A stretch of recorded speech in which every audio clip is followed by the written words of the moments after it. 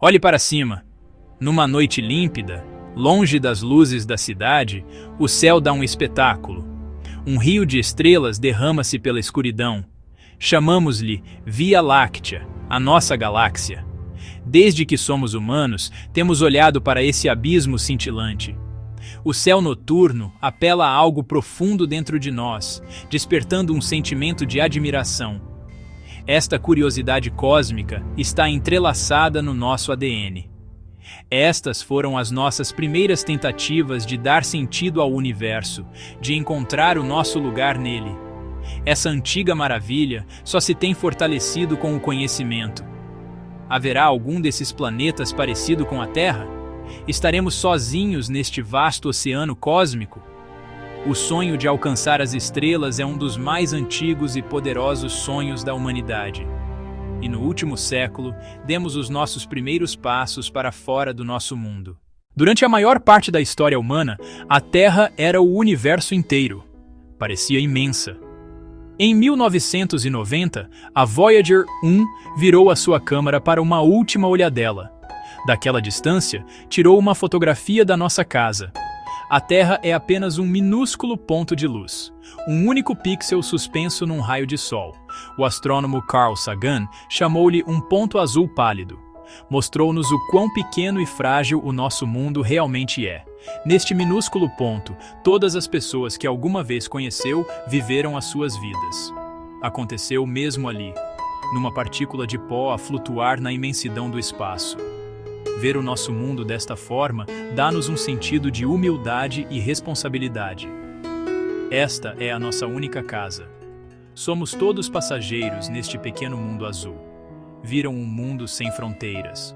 Permitiram-nos ver-nos de fora, para entender o nosso lugar não apenas na Terra, mas no sistema solar. E assim, começamos a explorar a nossa vizinhança. Cada missão tem sido um capítulo na nossa história familiar. O ponto azul pálido é apenas o ponto de partida. O verdadeiro desafio reside para lá da vedação. O nosso sistema solar parece enorme, e é. A verdadeira fronteira é a nuvem de Oort, uma gigantesca concha de cometas gelados. Os cientistas acreditam que se estende por mais de um ano-luz a partir do Sol. Esta é a grande muralha do espaço, uma barreira de pura distância. Mesmo a velocidade máxima, chegar à Próxima Centauri, a nossa vizinha mais próxima, levaria milhares de anos. O vazio entre as estrelas é o maior desafio que enfrentamos. Sair do sistema solar exige um salto de uma magnitude completamente diferente. A viagem para outra estrela anã, tudo o que a humanidade alguma vez tentou. Como se atravessa um oceano com trilhões de quilômetros de largura? Não com as ferramentas que temos hoje. Os nossos foguetões são máquinas magníficas. São poderosos o suficiente para se libertarem da gravidade da Terra. Levaram-nos à Lua e enviaram as nossas sondas a todos os planetas do nosso sistema solar. Mas são fundamentalmente foguetões químicos. Funcionam queimando combustível para criar uma explosão controlada. Isto impulsiona-os para a frente. É uma ótima tecnologia para viagens curtas, mas para viagens interestelares é como tentar impulsionar uma viagem transatlântica com bombinhas de carnaval. Seria preciso mais combustível do que a massa de todo o universo para chegar a algum lugar significativo. Assim, o sonho de deixar o sistema solar é, na verdade, um sonho de naves espaciais. Não apenas foguetões maiores, mas tipos inteiramente novos de máquinas. Naves impulsionadas por princípios que estamos apenas a começar a compreender. É aqui que a ciência factual se encontra com a ficção científica. Imaginamos naves impulsionadas pelo poder do átomo. A fissão ou fusão nuclear poderia fornecer propulsão contínua durante décadas. Sonhamos com vastas e cintilantes velas solares, espelhos gigantes impulsionados pelo espaço pela pressão suave, mas implacável, da própria luz solar.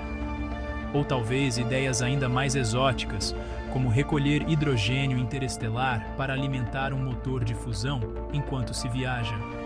Estas não são apenas fantasias selvagens, São conceitos sérios a ser explorados por físicos e engenheiros. Cada um deles vem com os seus próprios desafios colossais. Uma nave movida à fusão precisaria de conter uma estrela numa garrafa magnética. Uma vela solar precisaria de ter quilômetros de largura, mas ser mais fina do que película aderente.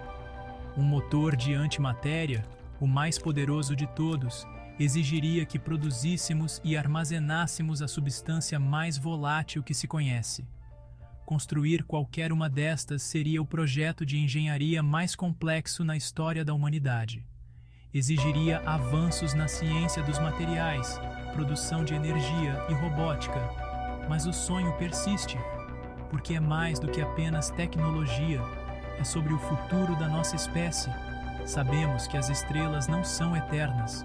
O nosso próprio Sol um dia inchará para uma gigante vermelha, engolindo a Terra.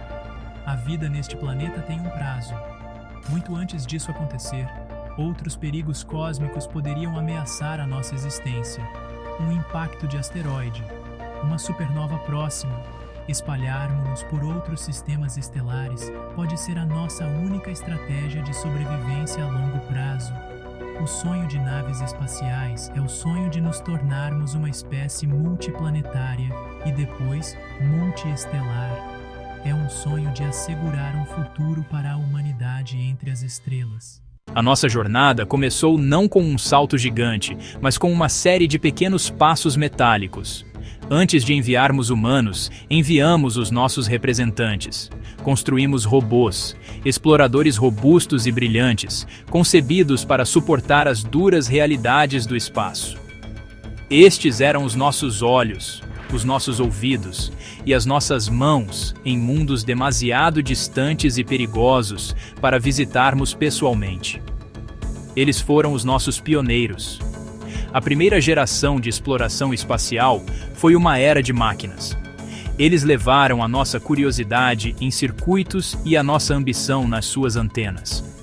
Cada um era uma maravilha da engenharia, um testemunho da engenhosidade humana enviado para o grande desconhecido em nosso nome. O programa Luna da União Soviética foi um dos primeiros a ter sucesso. Em 1959, a Luna 2 tornou-se o primeiro objeto feito pelo homem a tocar outro corpo celeste quando impactou a Lua. Apenas algumas semanas depois, a Luna 3 sobrevoou o lado oculto da Lua. Trouxe as primeiras imagens granuladas e fantasmagóricas de uma face que nenhum humano tinha visto antes. Isto foi uma revelação. Mostrou-nos que a exploração era possível, que podíamos estender a mão e tocar o cosmos. Os americanos seguiram com os programas Mariner e Pioneer, enviando sondas a passar por Vênus e Marte, dando-nos os primeiros retratos de perto dos nossos vizinhos planetários. Estas primeiras missões foram apostas audaciosas.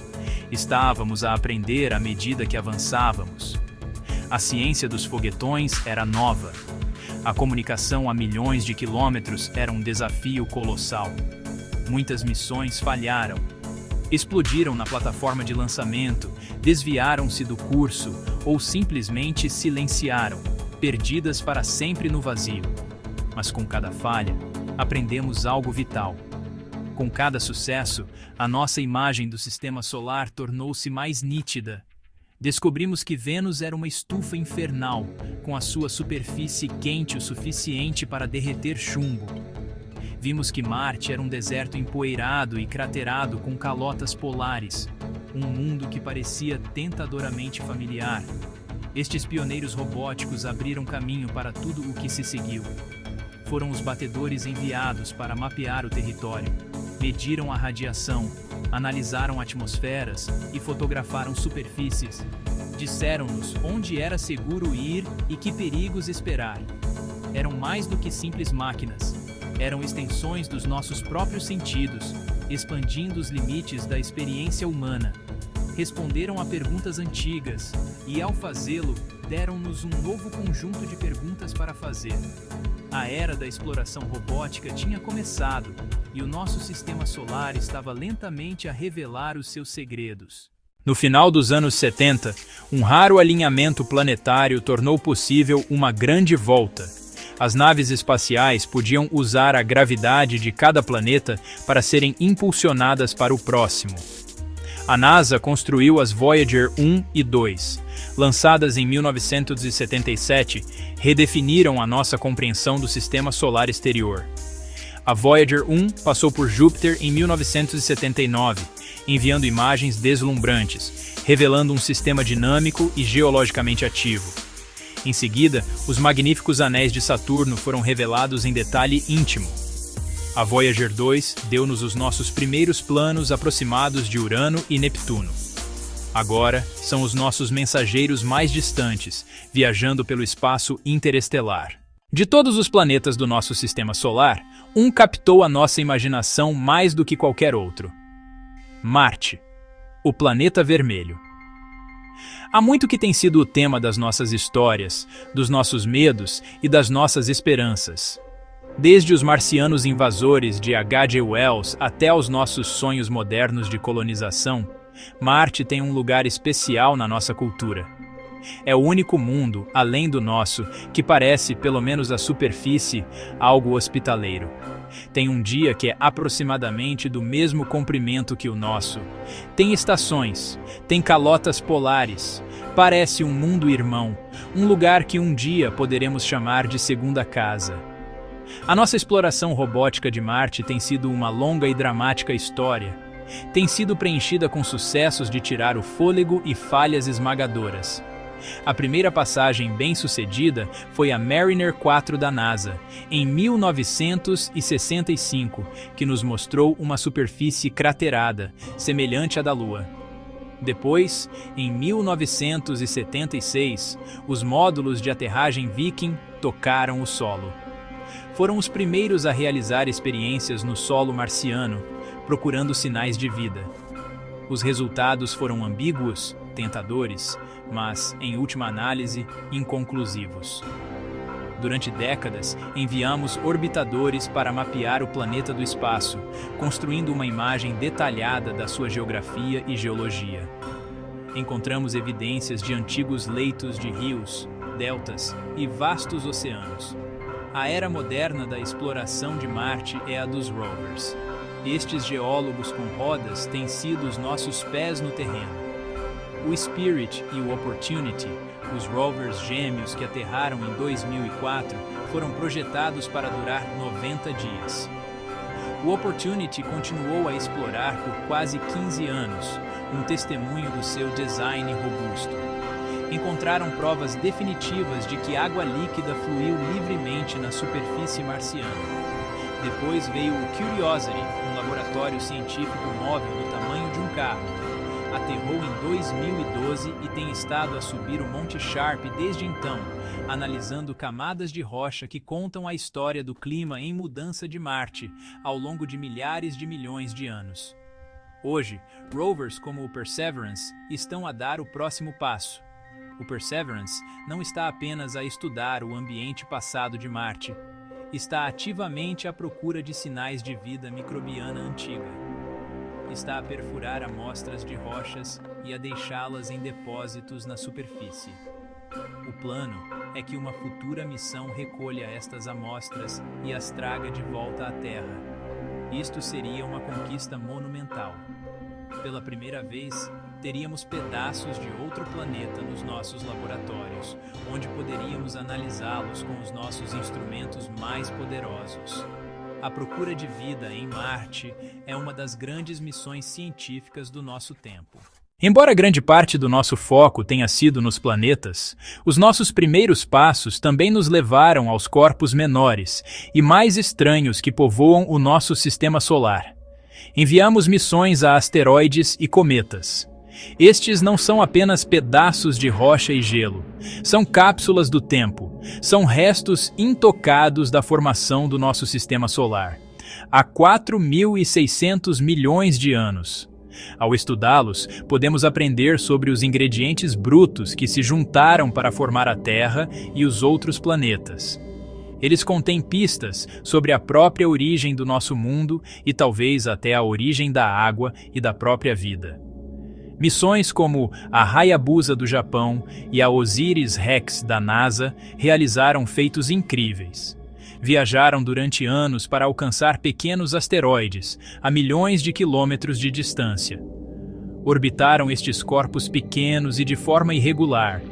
Mapearam as suas superfícies e, em manobras ousadas, desceram para tocar a superfície e recolher uma amostra de pó e rocha. Depois, iniciaram a longa viagem de regresso à Terra, transportando uma carga preciosa de outro mundo. A análise destas amostras ajuda-nos a compreender os blocos de construção dos planetas e a história da nossa vizinhança cósmica em detalhes requintados. Também perseguimos cometas. A missão Rosetta da Agência Espacial Europeia foi uma obra-prima de navegação celestial. Passou 10 anos a viajar pelo Sistema Solar para se encontrar com o cometa 67P.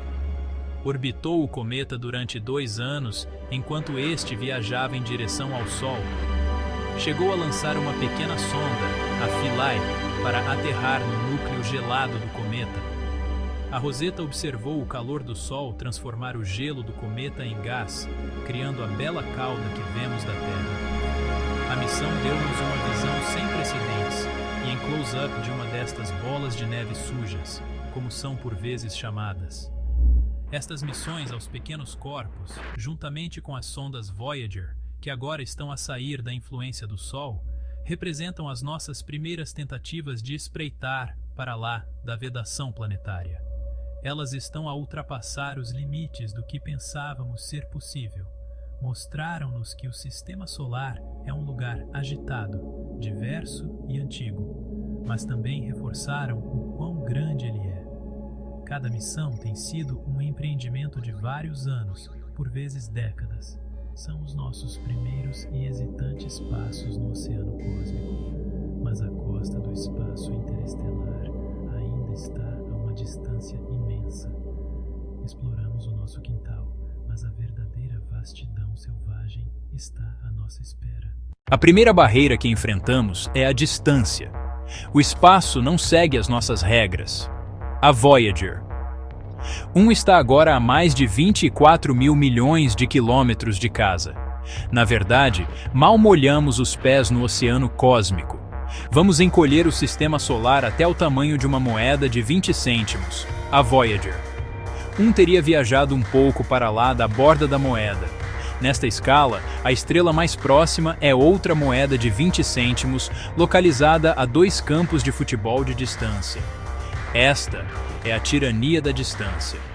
Levaria mais de 78 mil anos para chegar à próxima Centauri.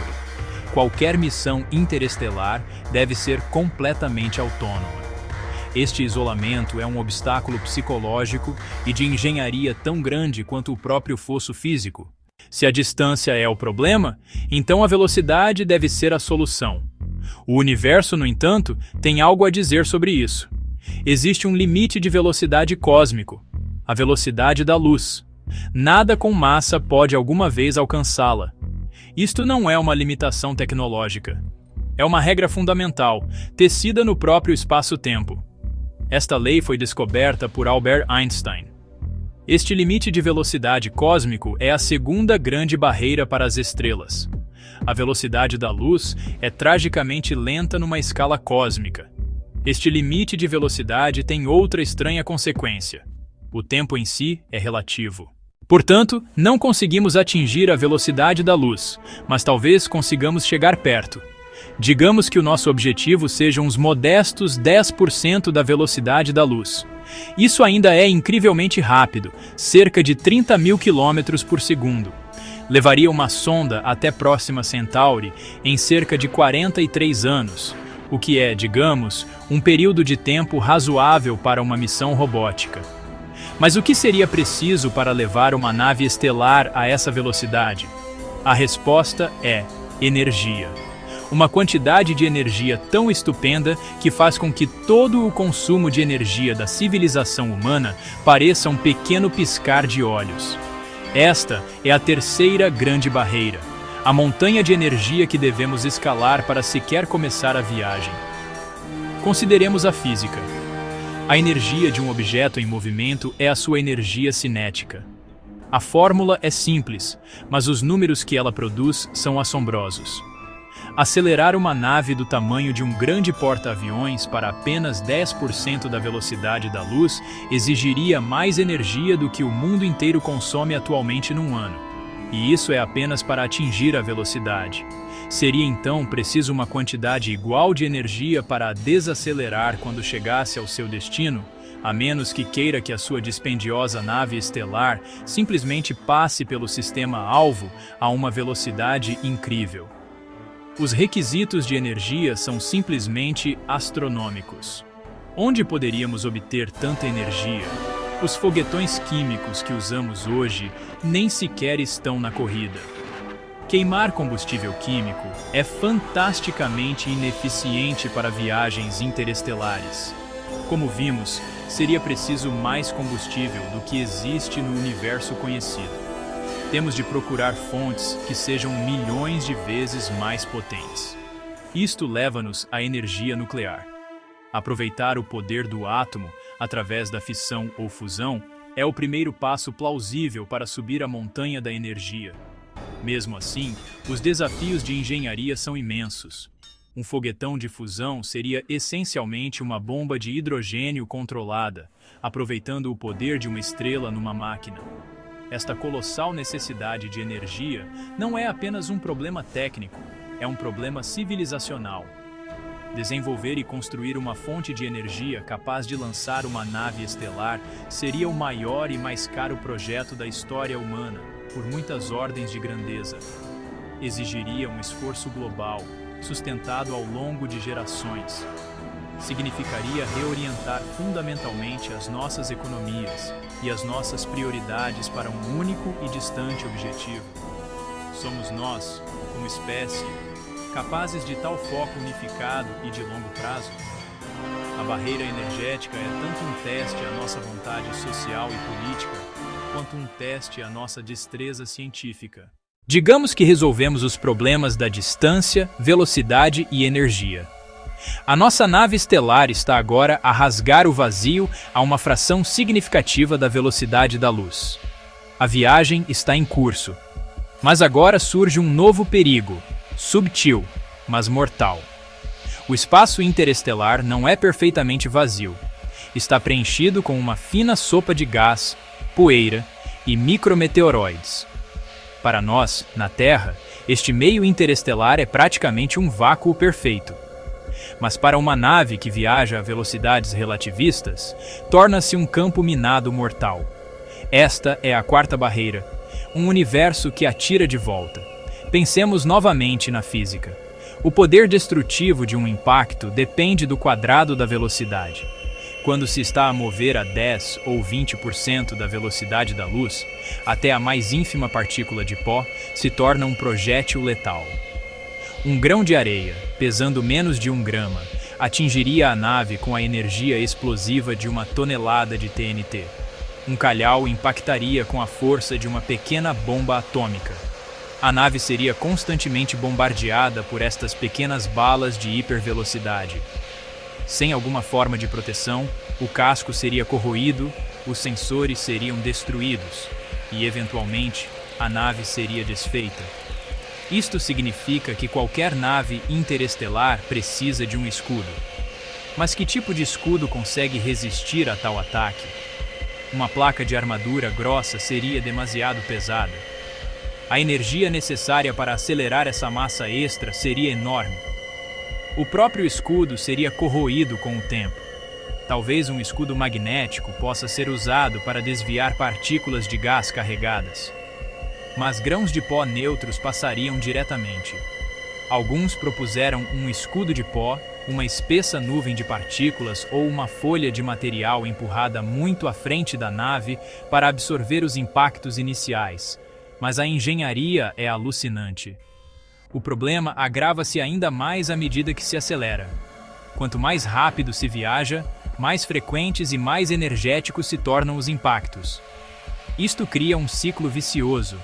Para encurtar o tempo de viagem, é preciso ir mais depressa. Mas ir mais depressa exige um escudo mais forte e pesado. Um escudo mais pesado exige mais energia para acelerar, tornando toda a missão mais difícil. Este problema, aparentemente menor, da poeira interestelar, pode ser um dos desafios de engenharia mais difíceis de resolver. É uma ameaça constante e desgastante que transforma o espaço vazio entre as estrelas num campo de tiro onde a nossa nave é o alvo. Para além da física e da engenharia, existe uma barreira final, talvez intransponível. É a barreira do próprio tempo, não como uma lei física, mas como uma experiência humana. Mesmo com as tecnologias mais otimistas que possamos imaginar, as viagens para as estrelas mais próximas levarão décadas, se não séculos. Isto introduz um desafio que é profundamente biológico e psicológico. Como se mantém uma tripulação de seres humanos viva, saudável e sã numa viagem que durará mais do que a sua esperança média de vida na Terra? Esta é a quinta barreira, o profundo custo humano da viagem longa. Numa viagem multigeracional, não se está apenas a lançar uma nave, está-se a lançar uma sociedade. Seria necessário um ecossistema de ciclo fechado que pudesse sustentar-se durante séculos. Teria de reciclar cada gota de água, cada molécula de ar, cada nutriente. Teria de produzir alimentos, gerir resíduos e proporcionar um ambiente estável. Tudo isto estando completamente isolada de quaisquer recursos externos. Nunca construímos um sistema assim. A nossa maior tentativa, a Biosfera 2, encontrou sérios problemas em apenas 2 anos. Uma nave estelar precisaria de funcionar perfeitamente durante centenas de anos. Depois, há o desafio médico. Como se lida com doenças ou lesões quando o hospital mais próximo está a anos-luz de distância? A tripulação estaria exposta aos efeitos a longo prazo da radiação cósmica, longe da proteção do campo magnético da Terra. Isto aumenta o risco de cancro e outras doenças. Há também o efeito da gravidade zero, ou gravidade artificial, no corpo humano ao longo de muitas gerações. Simplesmente não sabemos o que acontece à biologia humana quando é retirada do seu planeta natal durante séculos. A nave teria de ser uma instalação de pesquisa médica autossuficiente. Finalmente, há a mente. Os humanos são criaturas sociais, adaptadas à vida num planeta repleto de outras vidas. Qual seria o impacto psicológico de viver a vida inteira dentro de uma lata de metal, sabendo que nunca se verá um céu azul, se sentirá o vento ou se pisará em terra firme? Que estruturas sociais seriam necessárias para evitar conflitos e desespero ao longo de tantas gerações? As pessoas nascidas nessa nave teriam uma cultura inteiramente alheia à nossa. A sua única realidade as paredes zumbindo da sua embarcação e a vista imutável das estrelas. Superar a solidão da viagem longa pode ser o maior desafio de todos. Para atravessar o oceano entre as estrelas, precisamos de um novo tipo de nave. Os foguetões químicos são prisioneiros da equação do foguetão de Tsiolkovsky. Para ganhar mais velocidade, é preciso muito mais combustível, o que significa que é preciso ainda mais combustível para o impulsionar. Para uma viagem a outra estrela, esta equação torna-se desanimadora. Não conseguimos chegar lá com a tecnologia que temos. O que precisamos é de um impulso suave e implacável, que aumente a velocidade ao longo de um imenso período de tempo. Esta corrida está atualmente a ser disputada em quadros, em simulações informáticas e em alguns laboratórios altamente avançados. Estas ideias envolvem o aproveitamento das forças mais poderosas do universo. Trata-se de uma completa reavaliação do que é um veículo. É uma corrida para construir um novo tipo de explorador. O primeiro passo lógico para além dos foguetões químicos é aproveitar o átomo. O núcleo de um átomo armazena uma quantidade tremenda de energia. Esta é a fonte de energia que iluminou as nossas cidades. O conceito de propulsão nuclear permaneceu numa forma mais controlada. Propulsão térmica nuclear. Neste design, um reator nuclear funciona como um superaquecedor. Um líquido, como o hidrogênio, é bombeado através do núcleo quente do reator, e é expelido por um bocal a velocidades muito elevadas. Isto é muito mais eficiente do que um foguetão químico. Outra abordagem é a propulsão elétrica nuclear. Em vez disso, gera uma grande quantidade de eletricidade. Esta eletricidade é então usada para alimentar um motor avançado, como um propulsor iônico. Ao longo de uma longa viagem, este impulso constante e minúsculo pode acumular-se em velocidades enormes. A fissão nuclear é a nossa fonte de energia de próxima geração mais madura e realista para o espaço. Uma nave espacial movida à fissão mudaria o jogo para explorar o nosso sistema solar. A fusão nuclear é a fonte de energia das estrelas, fazendo o nosso Sol brilhar. Aproveitar a fusão numa nave espacial criaria um motor de poder incrível. O sonho é uma estrela em miniatura dentro de uma câmara magnética, usando isótopos de hidrogênio aquecidos a milhões de graus. Este plasma seria apertado por campos magnéticos, forçando os átomos a fundir-se e criando propulsão. Os desafios são monumentais. Conter plasma mais quente que o Sol é incrivelmente difícil. Apesar das dificuldades, a fusão iria revolucionar as viagens espaciais, abrindo o sistema solar e mais além. E se não fosse preciso levar combustível? A equação do foguetão é impiedosa por causa da massa do combustível. Esta é a ideia por trás da vela solar. É uma abordagem diferente para as viagens espaciais. Uma vela solar é simplesmente um espelho gigante, ultra fino, impulsionado pela luz solar. Quando um fotão ricocheteia num espelho, dá um pequeno empurrão ao espelho. No vácuo do espaço, este pequeno empurrão pode alcançar grandes feitos. A aceleração seria suave, mas nunca pararia. Ao longo de meses e anos, uma nave impulsionada por vela solar poderia atingir velocidades muito elevadas. Para viagens interestelares, a luz do Sol torna-se demasiado fraca. Imagine um laser massivo, ou uma matriz de lasers, apontado para a vela de uma sonda interestelar distante. Um conceito prevê a utilização de um laser para impulsionar uma nanonave, alcançando Próxima Centauri em pouco mais de 20 anos. Esta é uma ideia bonita e audaciosa, mas os obstáculos técnicos são imensos. Antimatéria. Quando a matéria encontra a antimatéria, ambas desaparecem numa explosão de energia pura, a libertação de energia mais eficiente que se conhece.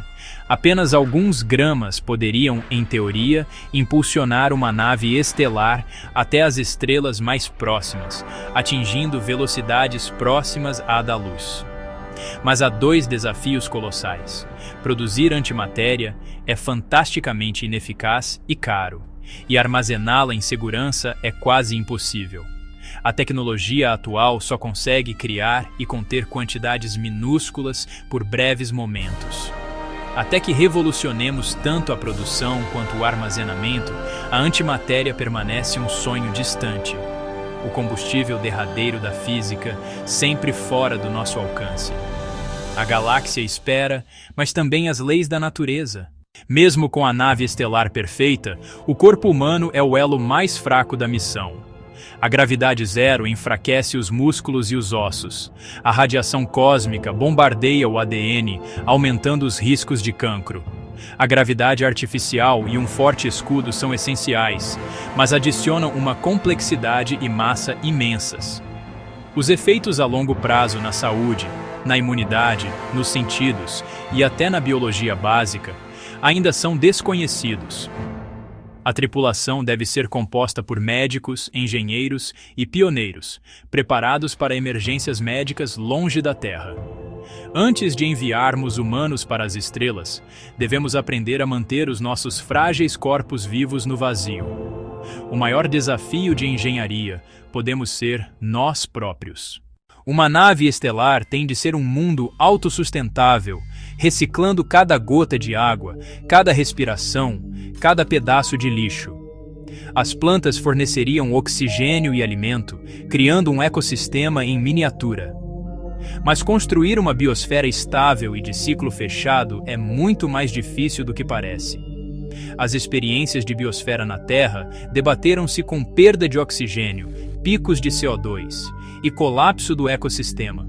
O sistema tem de funcionar sem falhas durante séculos, com sistemas de reserva para cada falha. A tripulação tem de ser de agricultores e ecologistas experientes e de quem resolve problemas. O suporte de vida não é apenas tecnologia, é sobrevivência todos os dias, por gerações. A mais pequena falha pode condenar a missão. A mente enfrenta o seu próprio teste cósmico, vidas inteiras num mundo de metal, sem fuga, sem privacidade e sem novos horizontes. O isolamento gera estresse, conflito e desespero, mesmo em missões curtas. Gerações nascidas e falecidas na nave podem sentir-se encurraladas, o seu destino um mito distante.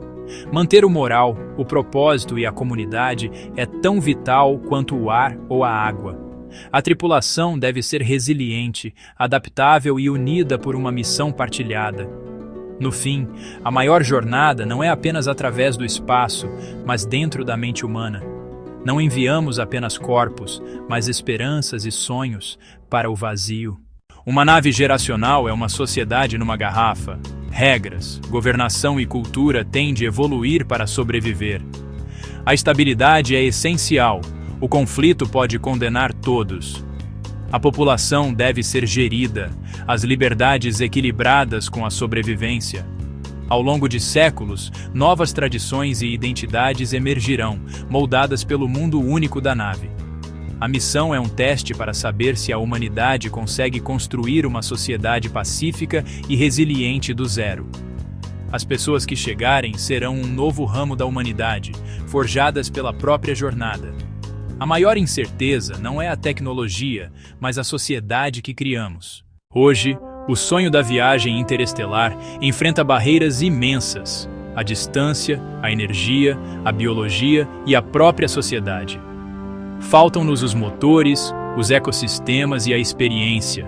Mas cada experiência, cada sonda, cada descoberta é um passo em frente. Estamos a aprender, a preparar-nos e a imaginar como nunca antes. A planta para a viagem existe, mesmo que as ferramentas ainda não. Pela primeira vez, não somos apenas sonhadores. Somos arquitetos de um futuro possível. As estrelas estão distantes, mas a viagem já começou. A jornada para outra estrela começa com um destino mais próximo: a Lua. O próximo salto gigante é um regresso à Lua e depois uma viagem a Marte. A Lua e Marte são os nossos campos de treino para aprender a viver no espaço. Estabelecer uma presença permanente na Lua ensinar-nos-á lições inestimáveis. Aprenderemos a extrair recursos e a construir habitats. É um lugar onde podemos cometer os nossos erros, onde a casa fica apenas a 3 dias de viagem. Depois da Lua, vem Marte. Enviar humanos para Marte será o empreendimento mais complexo na exploração espacial. A aterragem em Marte será a nossa primeira tentativa real de nos tornarmos uma espécie multiplanetária. Estes passos são a base sobre a qual qualquer ambição interestelar deve ser construída. O caminho para a próxima Centauri passa diretamente pelas crateras da Lua e pelos desertos vermelhos de Marte. O próximo grande salto é tornarmos-nos viajantes espaciais. Secção 3. Uma civilização numa encruzilhada. A humanidade encontra-se numa encruzilhada perante desafios como as alterações climáticas e a instabilidade política. Será a exploração espacial uma distração dos problemas da Terra? As tecnologias espaciais frequentemente beneficiam a vida na Terra. É um investimento no nosso futuro, oferecendo esperança e um propósito unificador. A exploração espacial é um projeto para toda a humanidade. A escolha é nossa: uma civilização estagnada ou uma que abraça desafios e ultrapassa limites. Lutar por este objetivo pode ser o que precisamos para nos tornarmos uma civilização digna de sobreviver neste planeta e para além dele. Somos uma espécie em preparação, a esboçar projetos para uma grande nave inspirada nas luzes distantes. A viagem à frente é mais longa e difícil do que podemos realmente compreender. Mas desde que olhamos para cima pela primeira vez, carregamos um fogo dentro de nós. Este fogo inextinguível foi o que levou os nossos antepassados a sair de África para povoar um planeta. É o mesmo fogo que impulsionou as sondas Voyager para a escuridão interestelar. Pode ser essencial para a nossa sobrevivência a longo prazo. O nosso mundo tem uma data de validade. Podemos ser a única hipótese de vida do universo para se espalhar para além do seu mundo natal. Não se trata apenas de aventura. Trata-se da gestão do maior tesouro que conhecemos, a própria vida. Falo-emos porque o chamamento do cosmos é demasiado forte para ser ignorado. As estrelas estão à espera, mas o sonho da nave estelar está vivo, e um dia, talvez, os nossos descendentes estarão prontos para saltar.